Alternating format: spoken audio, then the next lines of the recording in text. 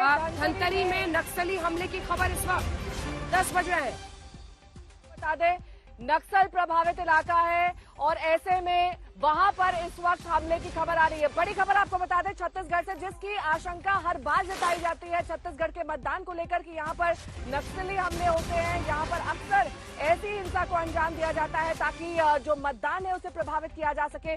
आज 70 सीटों पे अलग अलग जगहों पर मतदान किया जा रहा है, लेकिन इस बीच हिंसा की ये खबर जाहिर तौर पर वोट प्रतिशत को प्रभावित करेगी, वोट फीसदी को किस तरीके से ये नीचे ले जाएगी ये देखना होगा, क्योंकि कई ऐसे इलाके हैं जहां पर जबरदस्त और तगड़े सुरक्षा के इंतजाम किए गए थे, लेकिन इसके बावजूद सुमी हमारे सहयोगी जुड़ गए हैं तमाम जानकारी के साथ। सुमी, हमने पहले भी देखा था कि पहले चरण में छुटपुट हिंसा की खबरें आई थी, इस बार दूसरे चरण में भी ऐसा देखने को मिल रहा है। जाहिर तौर पर हिंसा प्रभावित अभी भी कई ऐसे इलाके हैं जहां पर वोट परसेंटेज को प्रभावित करने के लिए ऐसा किया जा रहा है।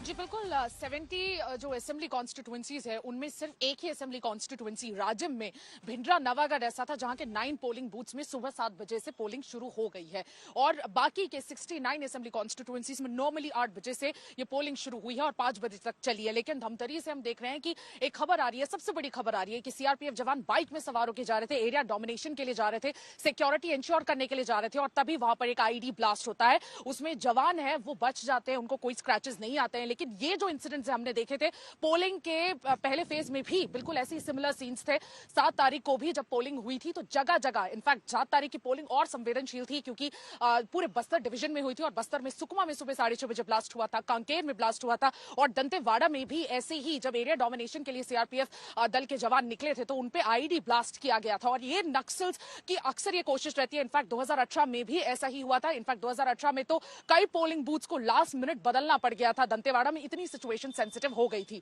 इस बार भी जितने भी नक्सल अफेक्टेड एरियाज है, बीजापुर स्पेशली सुकमा, इन सारे एरियाज में नक्सल ने जगह जगह गांव में घुस कर ये वार्निंग दी थी कि वो बहिष्कार करें वोटिंग का। तो बिल्कुल ये कोशिश की जाती कि वोटर टर्नआउट बिल्कुल अच्छा ना रहे इन सारे क्षेत्रों का। ये बहुत कोशिश पहले चरण का जो मतदान हुआ था उसमें ज्यादातर वही जगह शामिल थी।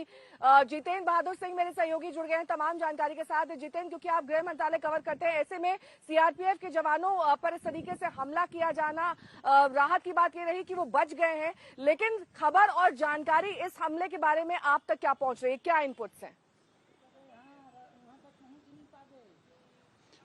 और देखिए नेहा, नक्सलियों में जिस तरीके से इस वक्त वो बैकफुट में है, उनकी सिचुएशन काफी खराब चल रही है। 7 तारीख को जब चुनाव हो रहे थे तो उस दौरान मैं भी ग्राउंड जीरो पर मौजूद था और नारायणपुर का वो इलाका जो कि अबुझमाड़ का इलाका कहलाता है, वहां पर भी नक्सलियों की तरफ से पूरी कोशिश की गई थी और बीएसएफ की जो टीम थी उसके ऊपर आईईडी के जरिए उन्होंने हमला किया था। हालांकि इलेक्शन कमीशन की तरफ से पूरी तैयारी नक्सल प्रभावित इलाकों में की गई है और वहां पर हेलीकॉप्टर के जरिए जो पोलिंग पार्टी है को अलग अलग स्थानों पर पहुंचाया गया था। यही वजह है कि जिस तरीके की तैयारी इलेक्शन कमीशन ने किया था, वोटिंग परसेंटेज भी उतना हाई था।